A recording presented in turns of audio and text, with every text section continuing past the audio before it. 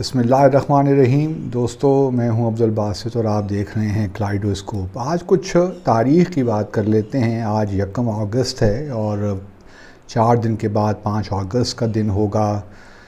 पाकिस्तान में भी और दुनिया भर में भी जहां पाकिस्तानी रहते हैं, कश्मीरी रहते हैं, मकबूजा जम्मू और कश्मीर में भी, आज़ाद जम्मू और कश्मीर में भी इस दिन को एक लिहाज से यौम स्याह के तौर पे मनाया जाएगा, क्योंकि इस दिन भारत ने 2019 को जो मकबूजा जम्मू और कश्मीर का स्पेशल स्टेटस था उसको ख़त्म किया।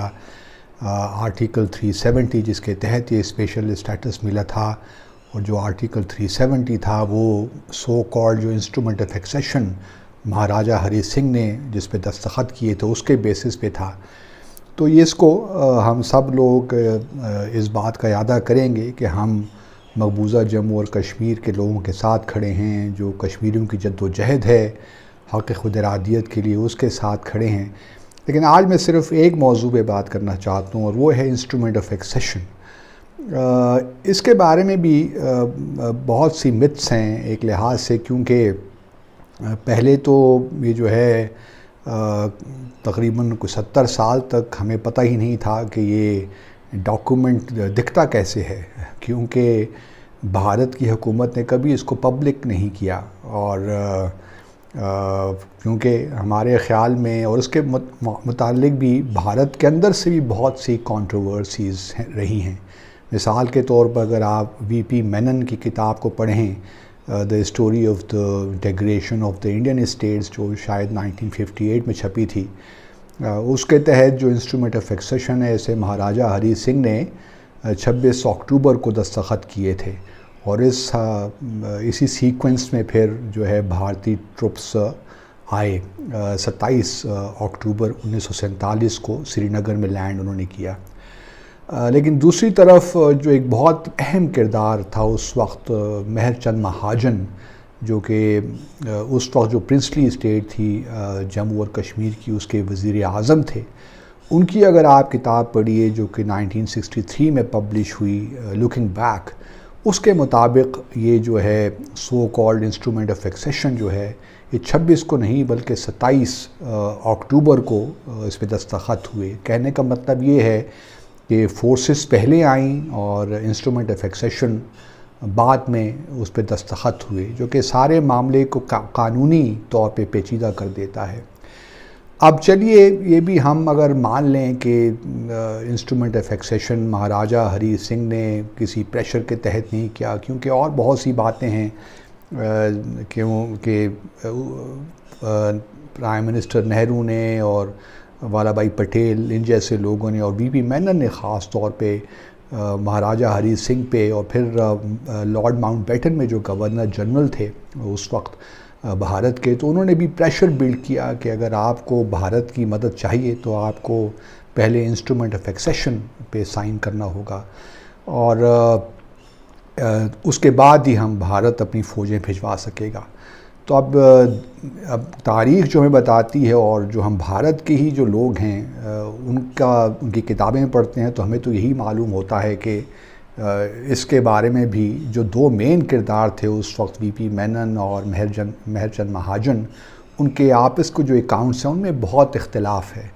तो इस सारे जो ये तारीख़ का एक बड़ा अहम वाक़या है कश्मीर का, तो उसको एक लिहाज से पूरे एपिसोड को गैर कानूनी वो हो जाता है उस कॉन्टेक्स्ट में।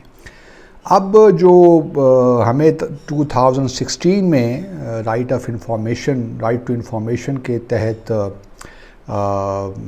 जो है वो NDTV या किसी शायद स्कॉलर ने भारत के, मुझे नाम उनका याद नहीं है, उनको ये दिखाया गया और उन्होंने उसकी कॉपीज़ की। अब अगर आप उस इमेज को देखिए, उस इंस्ट्रूमेंट ऑफ एक्सेशन को, तो बड़ी इंटरेस्टिंग बात यह है कि जो आखिर में अगर आप आएँ तो उसमें जो दिन लिखा हुआ है, दिन तो चलें 26 अक्टूबर लिखा हुआ है, लेकिन 26 लिखा हुआ है, लेकिन जो महीना है वो अक्टूबर का नहीं लिखा हुआ, अगस्त का लिखा हुआ है, और उसके ऊपर स्ट्राइक थ्रू किया गया है और उसको काट कर फिर उसको अक्टूबर लिखा गया है।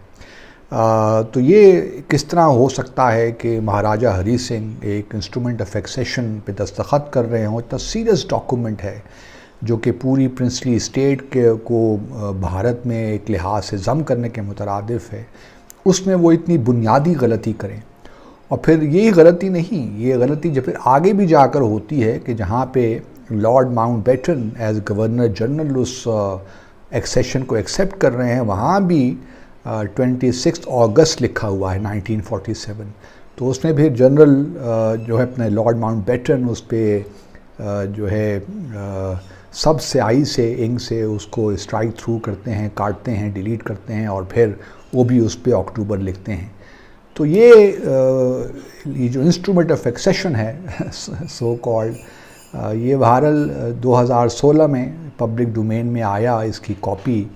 और अब उसकी बुनियाद पे एक लगता तो यही है, जो उसका पूरा एक अगर आप देखिए उसकी फॉर्मेटिंग है वो एक अजीब सा है, ना कोई लेटर हेड पे है।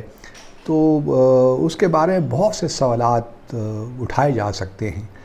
और कुछ बहुत से तारीख़ जो हिस्टोरियंस हैं जो कश्मीर से मुताल्लिक़, ख़ास तौर पे लेस्टर लैम ने भी, ए.जी. नूरानी ने भी, इन लोगों ने बहुत काम किया इस पे और उन्होंने इस पे बहुत वैलिड पॉइंट्स उठाए हैं इस इंस्ट्रूमेंट ऑफ एक्सेशन से मुताल्लिक़।